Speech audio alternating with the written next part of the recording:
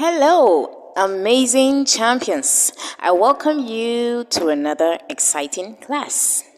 Today, we'll be taking a look at a few topics, but let's begin with periods.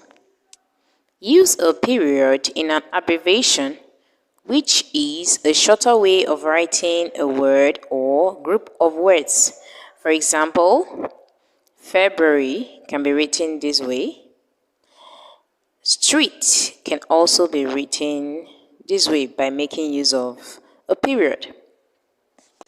Still talking about periods. Use a period at the end of a declarative sentence, a sentence that makes a statement. For example, Sam fell in a hole. We move on to commas. Use a comma to separate the street address, city, and state. Use a comma between the day of the month and the year.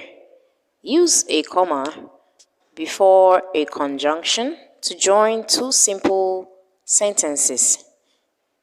Lastly, use a comma to separate items in a series. For more information on periods and commas, kindly watch this video. Have fun! It'd be easier if I showed you some examples with a story. After a long day stealing around the city, the thieves were hungry, so they decided to order some takeout food for dinner. Don't confuse the full stop with the comma. The pause the comma marks is a bit shorter, and the initial of the word that follows a comma is not capitalized. Proper names would be an exception, but that's another story. Let's focus on this one for now. There are 4 places to use a comma in a text: to separate items in an enumeration, to clarify meaning, to separate a person's name when addressing them directly, and to join sentences using conjunctions. I know! I do so many things, it's exhausting. Let's have a closer look. We use commas to separate items in an enumeration. Let's go back to our story. Susan, comma, Cobra, comma, Cleo, comma, and Jack are members of a dangerous band of criminals. They can't make up their minds. They want to have pizza, comma, sushi, comma, and hamburgers for dinner. We also use commas to explain something or clarify meaning. Let's have a look. Susan, comma, as we're about to explain who she is the head of the criminal band. Here we'll use another comma because it's where our explanation ends. Wants pizza for dinner. Cobra, comma, the grumpiest of all 4, comma, insists on ordering sushi. Cleo, comma, the hungriest, comma, would eat a huge hamburger. And the last one is Jack, comma, the indecisive one, comma, because he can't decide what he likes most. Are you beginning to get the idea? We also use commas when addressing someone directly to separate their name from the rest of the sentence. Let's see what happens in the story. The head of the band wanted to show the team who was in charge. Jack, comma, I command you to cast your vote for pizza. Jack lowered his head and replied, Susan, comma, I'll do as you say.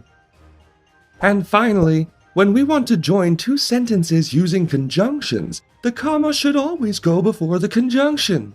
And, but, so, or for are common examples of conjunctions we would use to connect sentences. Let's go back to the story.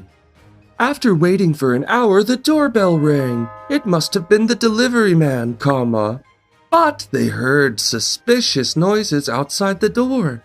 They opened the door, comma, so the delivery man could enter, comma, and give them the pizza. To their surprise, he was not alone. The superhero and the police were with him. They were there to arrest the whole gang. Wow, what a strange story. Well, it helped us understand that we use commas as short pauses in a text. Let's recap the 4 uses of the comma. We use commas to separate items in enumeration, to clarify meaning, to separate a person's name when addressing them directly, and to add them before the conjunction when joining sentences. Welcome back. Now let's take a good look at exclamation marks. Use an exclamation mark after an interjection to show excitement or emotion. An interjection is a word that expresses a sudden, also strong feeling. It can show surprise. For instance, you can hear someone say, "Wow." It can show fear.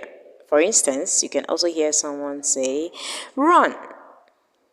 For more information on exclamation marks, please watch this video. Enjoy. Exclamation mark. Look at the given sentences. Wow, what a cute baby. Alas, the cat is dead. Now, notice the symbol used in the sentences. It is called an exclamation mark. We use exclamation mark at the end of a word or a sentence to show strong feelings such as surprise, anger, or joy. Okay, we'll be wrapping up here. I'm sure you learned a lot and you had so much fun. Thank you for watching. Ensure you attempt your quiz. Have a nice day. Bye.